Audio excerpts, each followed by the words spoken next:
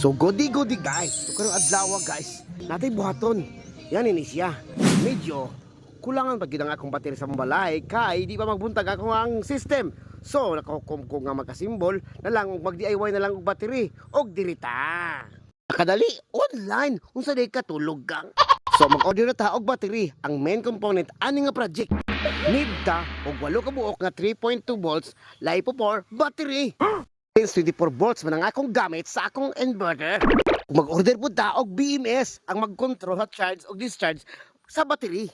Ug apilan ko nato og balancer. Parang balance kay ba? Ug niabot na gid ang atong gihulat nga battery guys no. Ato nang na-pick up guys. Ug mo na niya itong magamit sa tuang project karon. Unsa day ka? Ato abrihan be.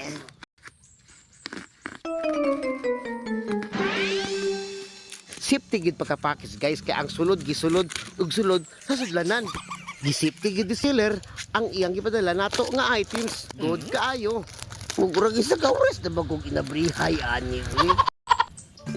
Ay salamat na radyo kita na jud ko niya. Uy tambok mo bo hugot. Og sinaw kaayo tungod sa sobra ka bag-o. Ato gining ampingan ug ato gining hinay-hinayon kay utang pa ba tawo ni sa espiliter guys. Og niabot na po ang BMS o ang balancer sa ato ang project guys no. Kumani guys Dali BMS. Unta dit ni Dali maguba guys. Yan guys brand new kayo guys. Fresh from online. O gining flying capacitor balancing or balancer para sa ato ang project guys no. Ayan it is na siya guys no. So ato na ning simbolon guys no ang atong project guys. So kompleto na atong battery nga 8 ka buok, prismatic LiPo4 cells 100 EH, BMS isa og balancers. So yan guys na human nagdo ka symbol ang atong project guys no nga 25.6 volts 100 EH nga LiPo4 battery para idungag sa akong solar power system. Control by Dali BMS. With Bluetooth na guys para dali ray control o mamonitor sa atong mga Android phones.